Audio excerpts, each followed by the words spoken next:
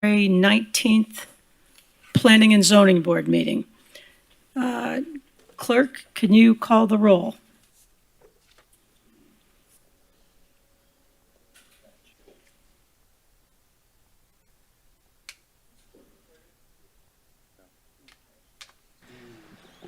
So I am the recording secretary.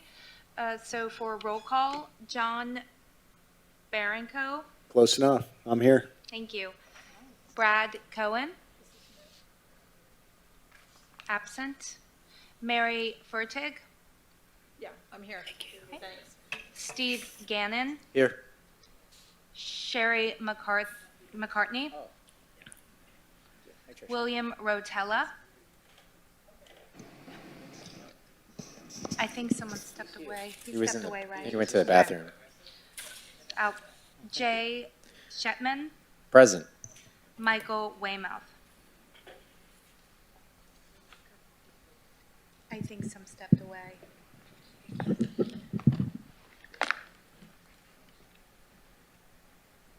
Are you finished? My apologies. Did you want to wait for the other members to come back? They haven't been here yet. I want to go ahead and start the meeting. I don't think you called my name. I'm sorry, Chair Scott. Yes, present. I think she's speaking about Bill Rotella. Oh, okay, Bill just walked out. Okay, here We he have a comes. Right. quorum. Okay, you good? I was waiting. We have a quorum. Okay, very good. Would everyone please stand for pledge allegiance to the flag? Pledge allegiance to the flag of the United States of America and to the republic for which it stands, one nation, under God, indivisible, with liberty and justice for all. Thank you very much. I'd like to begin by introducing the board. I'm Jacqueline Scott, the chair. To my left is Mary Fertig. To my right at the end is John Baranco. Next to him is Mr. Jay Sheckman. Down in front is Mr. Steve Gannon. And to my left is Mr. Bill Rotella. And also tonight we have our new secretary, clerk, who is Leslie Harmon. Welcome. Thank you so much. I'm having a brain death here. You want Ella? Ella, please, our planning manager, please introduce the staff. Good evening, certainly. Chair, members of the board. Tonight from staff, we have Assistant City Attorney Dwayne Spence, Assistant City Attorney Shari Wallen, Tricia Logan with our Planning Department, and Ishvan Virag with our Transportation Mobility Department. Thank you. And I'm Ella Parker. Thank you very much, Ella. Has the board reviewed the minutes from the previous meeting, and is there any additions or corrections? Motion to approve. And I Second. believe there were two separate sets of minutes in there, weren't there, for approval? That's correct. The board had requested changes from the previous minutes as well.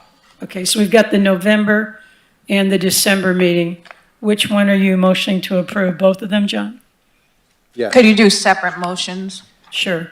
Okay, let's start with November, John. Motion to approve November's meeting minutes. Second. Okay, it's been, okay, let's see. It's been approved, seconded. All in favor? Aye. Any opposed? Motion carries. Okay, do we have a motion on the December meeting? Motion to approve December's meeting minutes. I wasn't there. Second. Okay, Bill Rotella seconds the motion. Okay, all in favor? Aye. Any opposed? Motion carries. Anyone in the audience that is here tonight to speak on item number 1, if you would please stand to be sworn in. Please stand and raise your right hand if you could possibly speak to the board if you're called upon. Thank you. Do you swear or affirm to tell the truth, the whole truth, and nothing but the truth? Thank you. Okay, each person that's speaking tonight will have a total of 3 minutes, If there's any neighborhood association people here, they will have 5 minutes. Let's begin with case number UDP S21034. Are there any members of the board that have any disclosures, please? Yes, this is Jay Schechtman. I spoke with Robert Lockery earlier today. John Bronco, I spoke with Robert Lockery about the project, and I did go by the site. Bill, Sorry. Go ahead, Mary.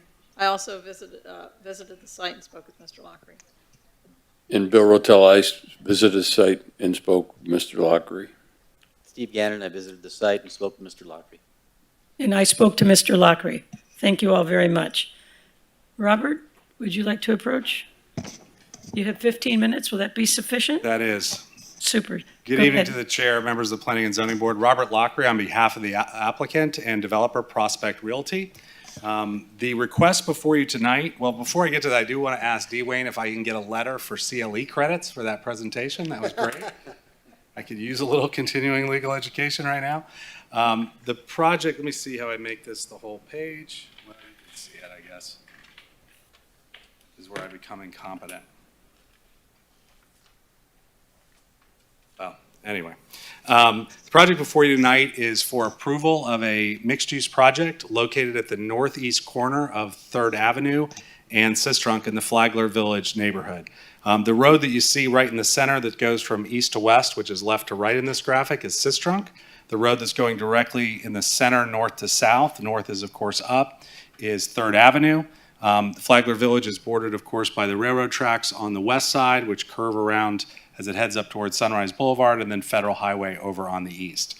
The area in question is the area specifically in yellow. This is a close-up view of the project, again at the northeast corner of Sistrunk and 3rd Avenue. This view doesn't show it, the other one did. It is just north and across from Peter Feldman Park, and is just to the west side of the Alta Village Phase 1 and Phase 2, which was recently completed. On the right side, just again to the east of this project, we're located just to the west. As I indicated, the project is a mixed-use project. It's comprised of 252 residential units with additional ground floor retail. This is a view looking to the northeast.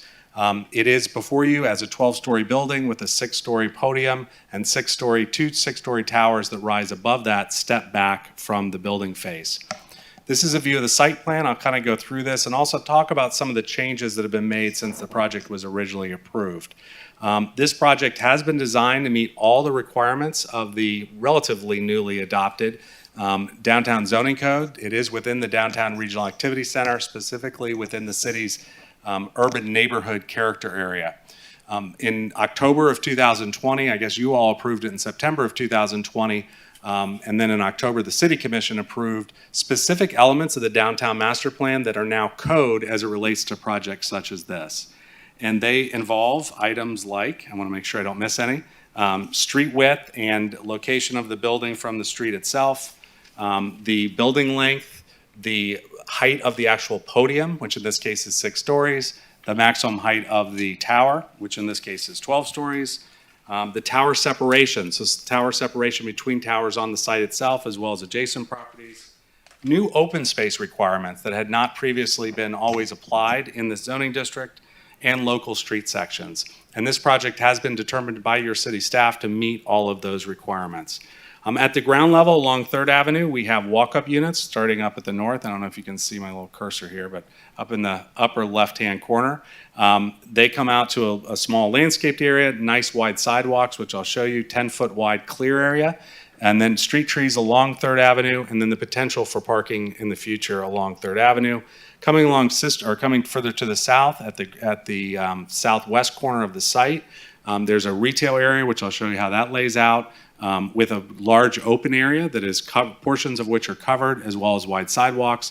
And then as you head to the right, which in this case is to the east, again, a wide sidewalks, which are bounded by the street, by street trees, landscaping up against the street, a central plaza in the middle of the project, which faces the city park. And then again, as you go further to the east, commercial uses on the ground floor, sidewalk, it wraps around on the east side going north with, again, landscaped area as well as wide sidewalks.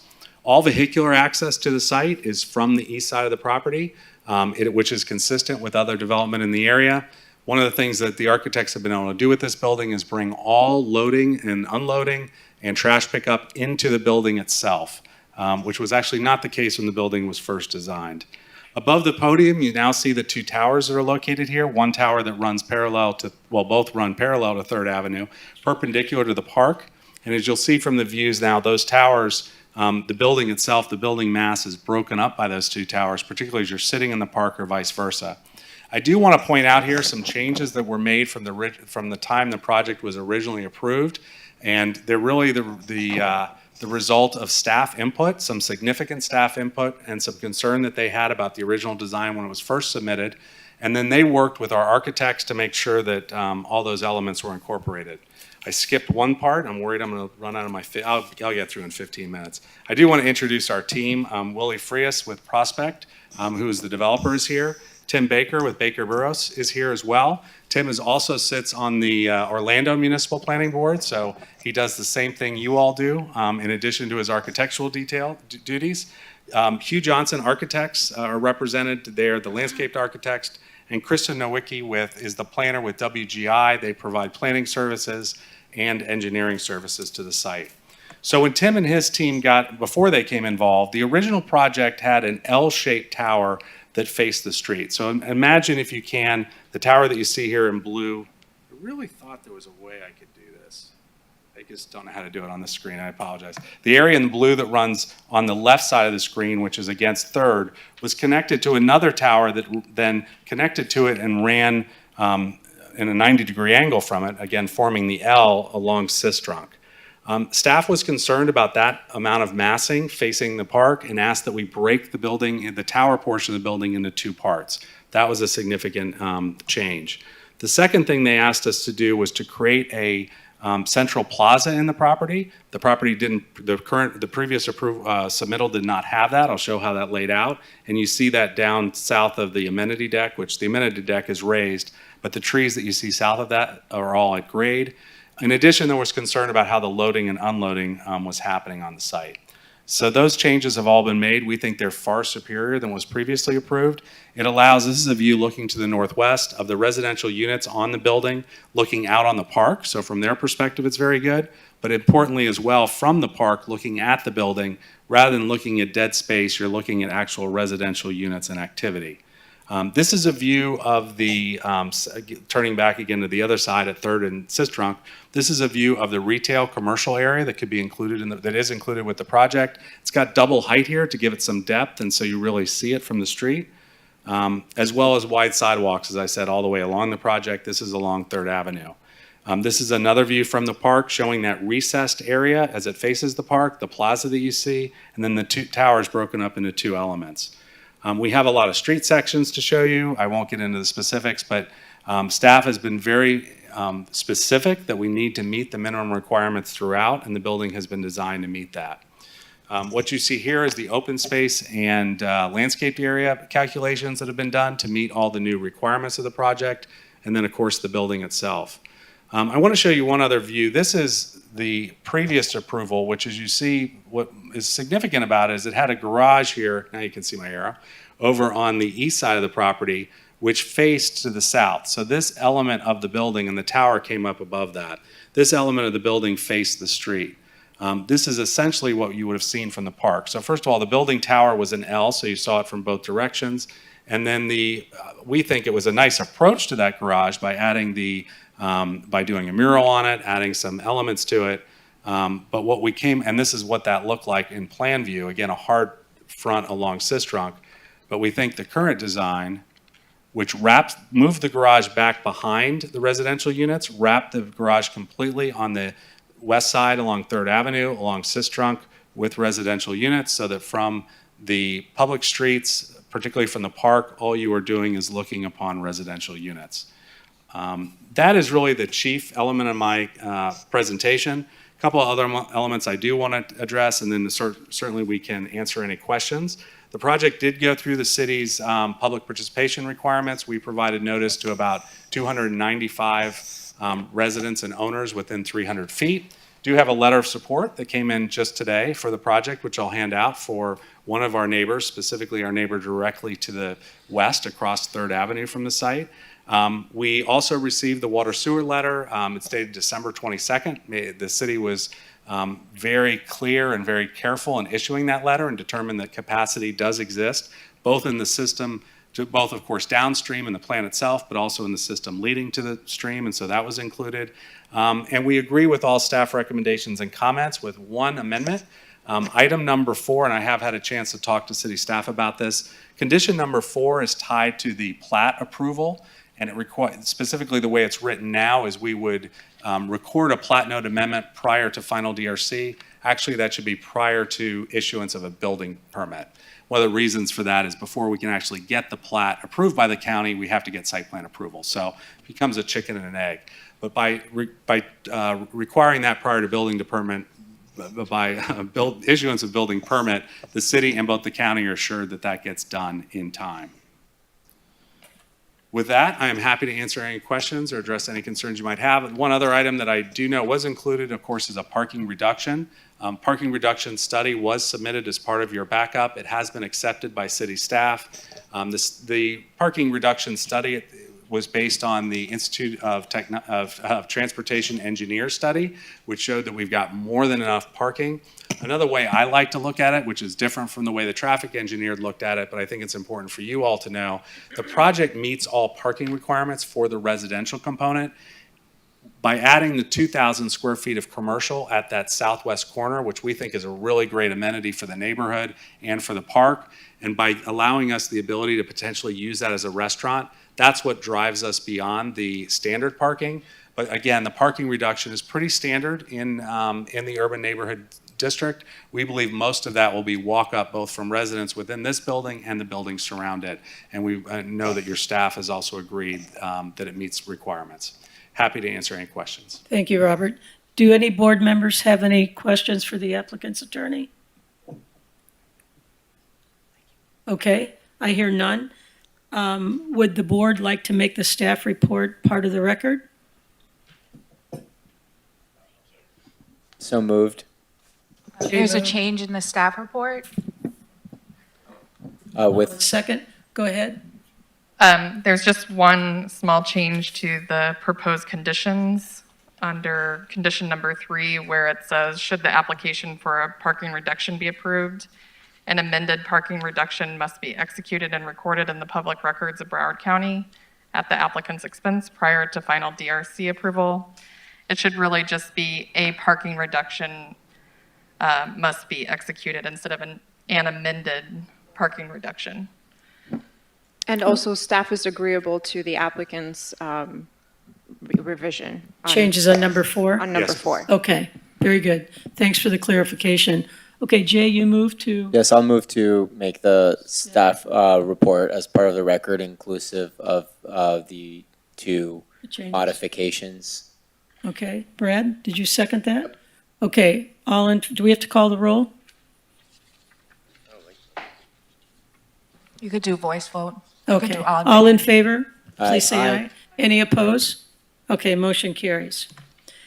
Okay, now I'd like to go ahead and open this to the public hearing. Do we have members of the public that would like to speak? Okay, I see none, so we will close the public hearing. Robert, do you have anything you want to add? Okay. No board members have any questions?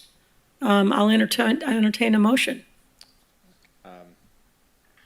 I'm happy to make a motion. I've reviewed the item in its entirety. I think that this is a great addition to the neighborhood. Love the walk-up units and the pedestrian experience that creates, wide sidewalks, shade trees. Thrilled with the redesign here and sort of integrating the project with the park to the south and adding the retail component. Otherwise no concerns here. So I'll go ahead and move that we approve the item with the conditions from staff, with the amended and adopted staff report. Okay, is there a second to this case number S21? Second. 034? Bill Rotella, second.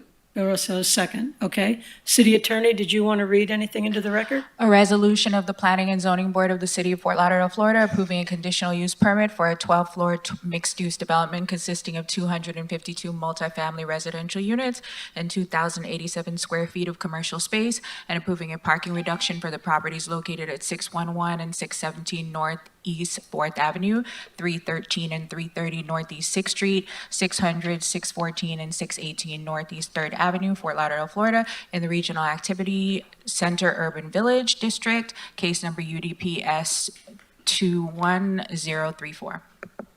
Thank you very much. Clerk, would you please call the roll? Ms. Scott, Yes. Mr. Barranco, Yes. Mr. Rotella, Yes. Mr. Gannon, Yes. I believe Michael Wymouth was absent. Correct? Oh, correct, okay. Jay Scheckman, Yes. I believe Sherry McCartney was absent. Correct. Brad Cohen, Yes. for the record, he came to the meeting entered the meeting from the original roll call. Mary Burtick. Yes. Okay, motion carries. Motion carries. Congratulations. Thank you. Thank you. You're very welcome. Okay, next order of business is items number 2 and items number 3 on the agenda. The staff would like to defer this to the February 16th meeting. Could we have a motion on the deferral, please, of item number 2? What is the reason for the deferral? Just curious. Jay wants to know what your reasoning is. Staff will provide additional information at the next meeting. We would like to defer to date certain. Okay. Is there a motion to defer to February 16th for item number 2? I think I have to disqualify. I'm not sure, but I wanted to ask, in general, before we get to this. So I own property across the street from where the federal courthouse is being built, actually on the same side of the street, but across the street I have several homes. Is that enough of a conflict? I just wasn't sure if I was going to disqualify myself or not. Usually I do just to err on the side of caution, but it's within probably 200 feet of the new federal courthouse. Unless you But have do you have a bias by this particular I mean, it's request? just vacating. I don't. I mean, I don't really Okay, care, but well, and you have no financial interest in this matter, so. I have no financial interest in this matter, but I do have a financial interest across the street. So that's why I wasn't sure if I should, in the future, obviously this is something different, but I wanted to ask you I think it would before. be speculative, so Okay. I don't, All right, I wouldn't advise that you would recuse yourself. okay. So did you second the motion, Brad? I'll second the motion to defer. Okay. Call the roll, please, clerk. My apologies, who made the motion? Jay Scheckman? I didn't make a motion. Oh, Bill Rotella. Yes, I'll make the motion. I made the motion. Wait a minute, who made the Thank motion? you. I don't know if a motion was No, made, but I'll I'll second. make a motion to defer. And I would second that motion for Bill. Okay. So the motion to defer till the February meeting, February 16th meeting. okay? Ms. Scott? Yeah, I'm supposed to go last, but I'll go first. Yes, Oh, okay, my apologies. that's We okay. can go a different route. Mary Furtick? Yes. Brad Cohen? Yes. Jay Scheckman? Yes.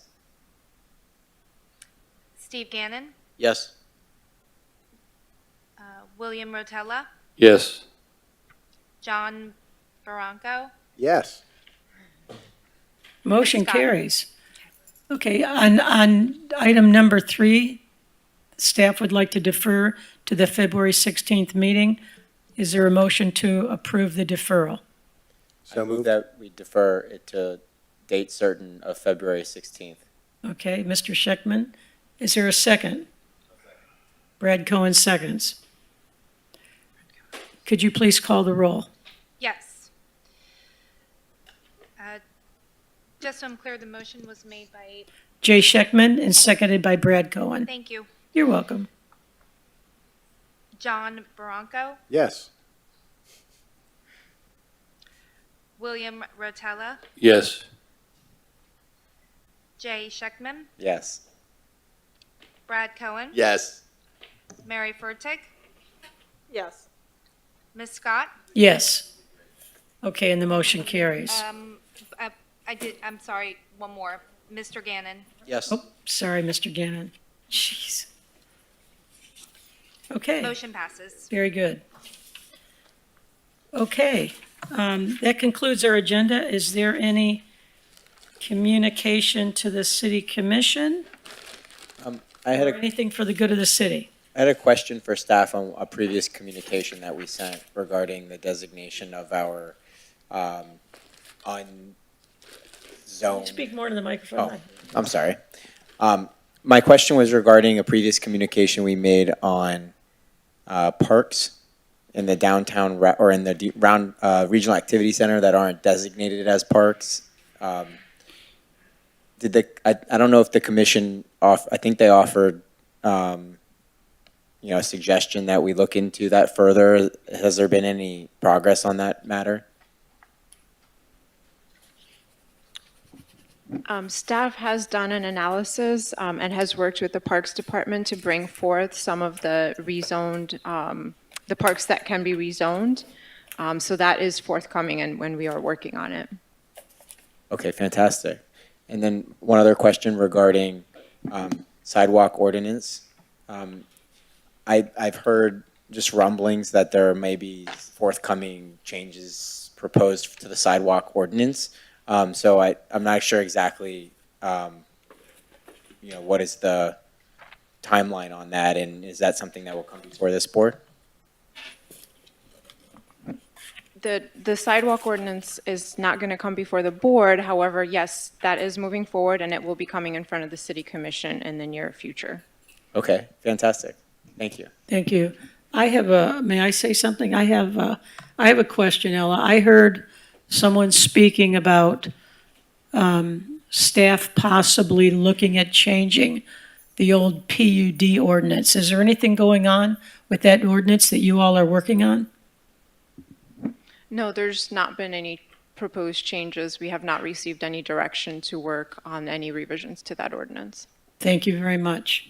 Anybody else have any questions or? Okay, meeting adjourned. Jackie, can we just make sure that the PUD, which became the PDD, you're not doing any proposed? That's what she just said. Well, she said PUD. I just want to clarify that she meant the Well, I think she knows what we're talking about. PDD. Yes, I meant the PDD. We have not received direction to work on either the PUD or the PDD. Mary Or the didn't want you XYZ. to slide by. Mary's a real litigator. Okay, thank you all. Thank you.